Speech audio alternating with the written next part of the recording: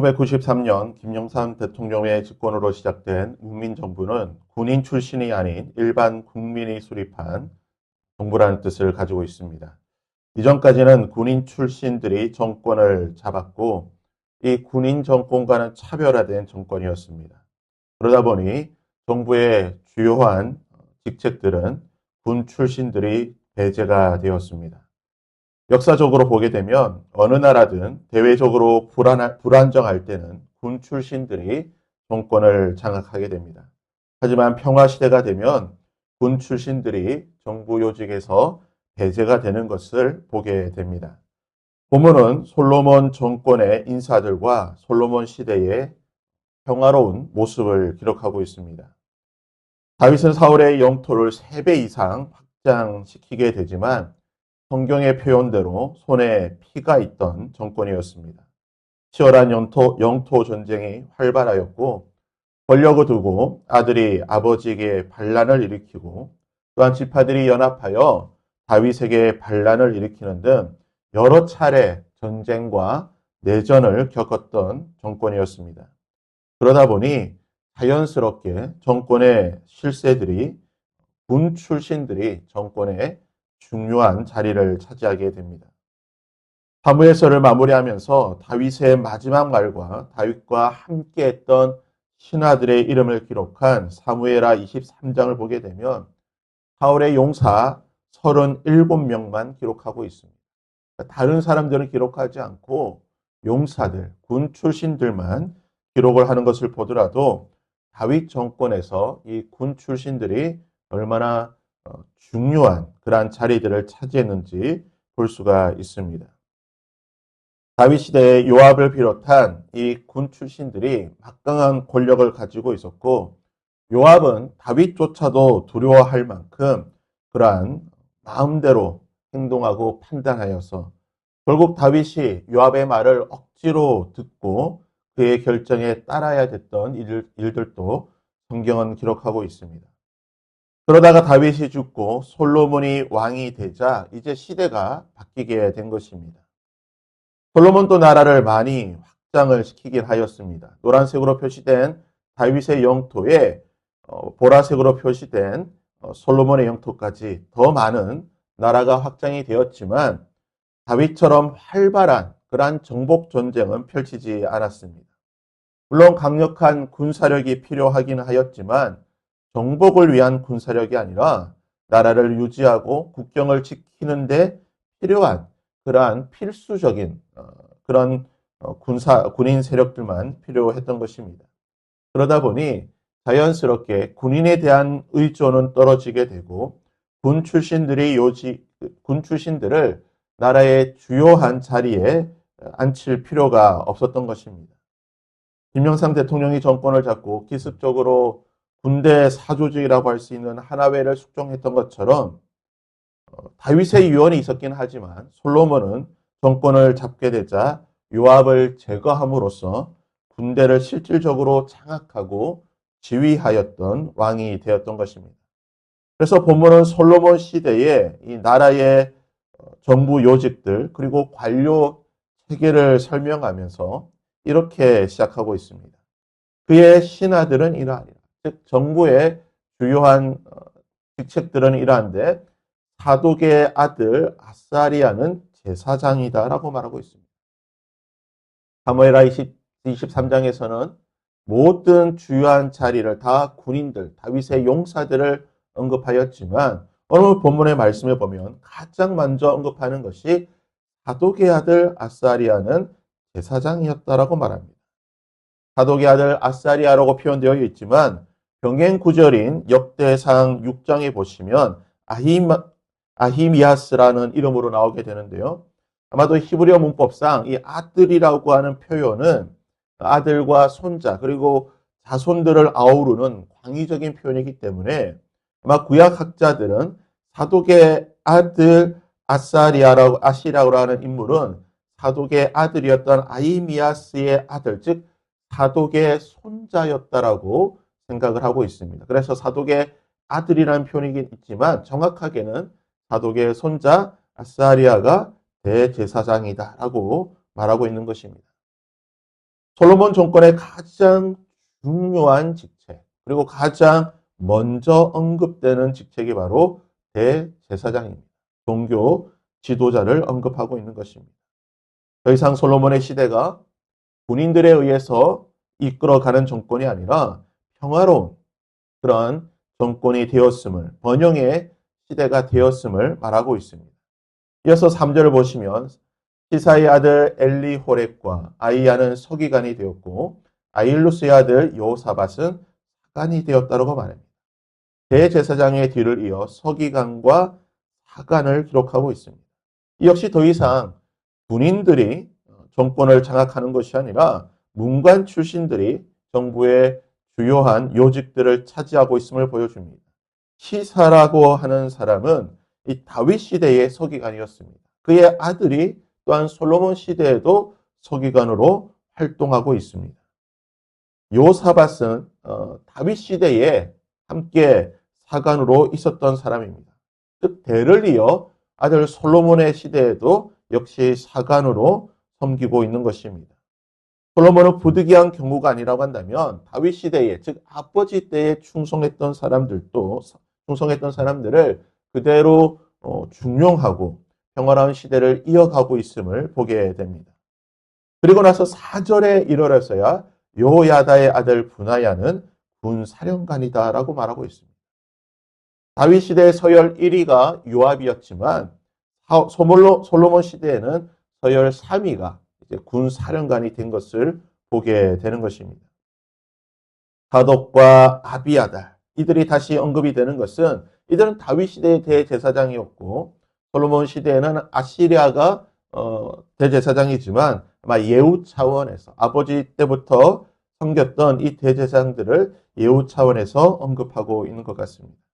5절과 6절은 지방 관장과 왕의 법과 국내 대신과 노동 감독관 이런 직책들을 소개하고 있습니다. 정부의 주요한 자리 역시 군 출신들이 아니라 민간 출신들이 이러한 일들을 하고 있는 것을 보여주고 난 뒤에 7절에서 19절까지는 이스라엘 12지방의 관장들의 명단과 그들이 치리했던 지역들을 기록하고 있습니다. 우리 행정책으로 보게 되면 아마 도지사쯤 되는 이런 행정구역과 위치라고 볼 수 있는데요. 이들이 담당했던 지역은 이스라엘의 12지파 지역과 겹치기는 하지만 또한 상당 부분 다른 것도 보게 됩니다. 지도에서 보듯이요. 왼쪽 편이 12지파, 전통적인 이스라엘 12지파 행정구역이고 오른쪽이 솔로몬이 나누었던 12행정구역입니다. 좀 비슷하기도 하지만 또 세부적으로 보게 되면 많은 지역들이 다른 것을 보게 됩니다. 솔로몬이 왜 12지파라고 하는 기존의 행정구역 대신에 12지파 영토 대신에 새로운 행정구역을 만들었는가? 그것은 12지파가 가지고 있던 이 병폐, 즉 지역 독착화 세력이 되어서 독립적으로 반란을 일으키든지 또는 연합해서 반란을 일으키는, 즉 아버지 때에 지파들이 연합하고 반란을 일으켰던 것을 보았기 때문에 이러한 것을 원천적으로 차단하고 새로운 행정구역을 만들어서 자신의 통치권을 강화시키는 것을 보게 됩니다. 솔로몬이 만들었던 이 새로운 12지방과 지방관청, 이것을 만든 구체적인 목적을 성경은 이렇게 기록합니다. 솔로몬이 또 온 이스라엘에 12지방관장을 두고 그 사람들이 왕과 왕실을 위하여 양식을 공급하되 각기 1년에 한 달씩 양식을 공급하였다. 즉 새로운 행정구역을 만든 것이 왕과 왕실을 위한 양식, 즉 세금을 거두기 위한 목적이었다고 말합니다. 그것은 하나님께서 이스라엘 백성들이 왕을 요구하실 때에 너희들에게 만일 왕이 세워지게 된다고 한다면 그가 또 너희의 밭과 포도원과 감난원에서 제일 좋은 것을 가져다가 자기가 쓰게 될 것이고 그가 또 너희의 곡식과 포도원의 소산의 11조를 거두어서 또 자기를 위해 쓰게 될 것이고 너희의 양떼의 10분의 1을 거두어가 즉 왕이 세워지게 되면 너희들에게 세금을 많이 거두어 가게 될 것이라고 경고하셨고 그 경고의 말씀대로 솔로몬 시대에 이스라엘 백성들에게 이러한 세금들이 거두어지고 있음을 말하고 있는 것입니다. 12지방이 한 달씩 담당했던 왕실의 경비, 이 세금의 규모가 어느 정도입니까? 본문 말씀이 이렇게 말합니다. 솔로몬의 하루의 음식물은 가는 밀가루가 30고루요, 굵은 밀가루가 60고루요, 살찐 소가 10마리요, 소장의 소가 20마리요, 양이 100마리며 그 외에 수사승과 노루와 안사승과 살찐 새가 있었다라고 말합니다. 구약학자들이 오늘날 현대 도량으로 대충 계산해 보니까 솔로몬이 하루 동안 소요되는 이 하루 음식물이 14,000명이 하루에 먹을 수 있는 양입니다. 그러니까 14,000명이 하루에 먹을 양식이라고 하니 이 솔로몬 당시에 얼마나 많은 이 음식물들, 이 세금이 거두어졌는지를 알게 됩니다. 이렇게 많은 세금을 거두게 되면 어떨까요?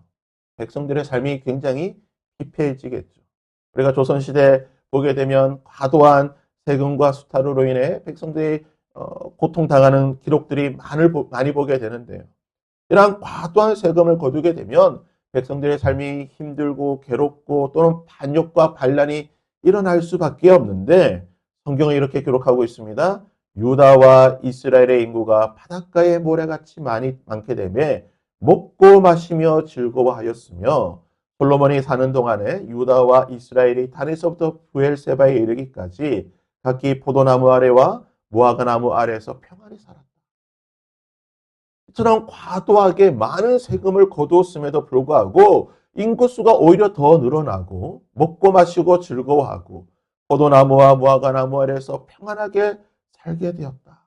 세금에 짓눌려서 피눈물을 흘리는 그러한 삶이 아니라 평화로운 태평시대를 누리게 되었다는 것입니다. 어떻게 이런 일이 일어날 수 있습니까? 그 비결을 21절은 이렇게 말합니다. 솔로몬이 그 강에서부터 블레셋 사람의 땅에 이르기까지와 애굽 지경에 미치기까지의 모든 나라들을 다스림에 솔로몬이 사는 동안에 그 나라들이 조공을 바치게 되었다는 것입니다. 그 주변에 모든 나라들을 다 정복하고 그 나라에서 조공을 받았기 때문에 세금을 거뒀기 때문에 이스라엘 백성들이 그러한 과도한 세금을 거두지 않고 오히려 그들은 태평 시대에 평안한 시대를 누리게 되었다라고 기록을 하는 것입니다. 그리고 26절에서 마지막 절인 34절까지는 솔로몬의 국방력과 그리고 솔로몬의 지혜에 대해서 기록을 하고 있습니다. 사랑하는 여러분, 솔로몬이 이런 태평 시대를 누리게 된 것, 태평 시대를 열게 된 것은 그가 잘났기 때문에 또는 그의 통치가 뛰어났기 때문인 것은 아닙니다. 아버지 다윗의 기초가 있었습니다. 다윗이 주변에 많은 나라들을 미리 정복해 두었고 나라를 확장시켜 두었습니다. 그리고 3장에서 하나님의 약속의 말씀이 있었던 것입니다. 내가 구하지 아니한 부귀와 영광도 내게 줄 것이다. 내가 구하지 않았던 이 나라의 평화로운 것도 영광과 부귀와 태평시대도 내가 너에게 주겠다라고 말씀하셨던 것입니다. 하나님이 솔로몬에게 이러한 약속을 하셨던 이유가 무엇입니까? 솔로몬이 하나님의 마음에 합한 자였기 때문에 하나님의 마음에 합한 기도를 드렸기 때문인 것입니다. 그는 하나님의 말씀을 존중히 여겼고 하나님의 백성을 존중히 여겼기에 하나님께서는 하나님의 말씀과 하나님의 백성을 존중히 여겼던 솔로몬을 하나님 또 존중히 여겨주시고 하나님은 귀하게 여겨주셨던 것입니다. 바라기는요, 오늘 우리의 하루의 삶이 하나님을 존중히 여기고 하나님을 보배롭게 여길 수 있는 삶이 될 수 있기를 바랍니다. 주의 말씀대로 나를 존중히 여기는 자를 존중히 여겨 주실 것이라고 하는 이 말씀의 은혜를 오늘 한날 경험할 수 있는 저와 여러분의 삶이 될 수 있기를 주님의 이름으로 부탁드립니다.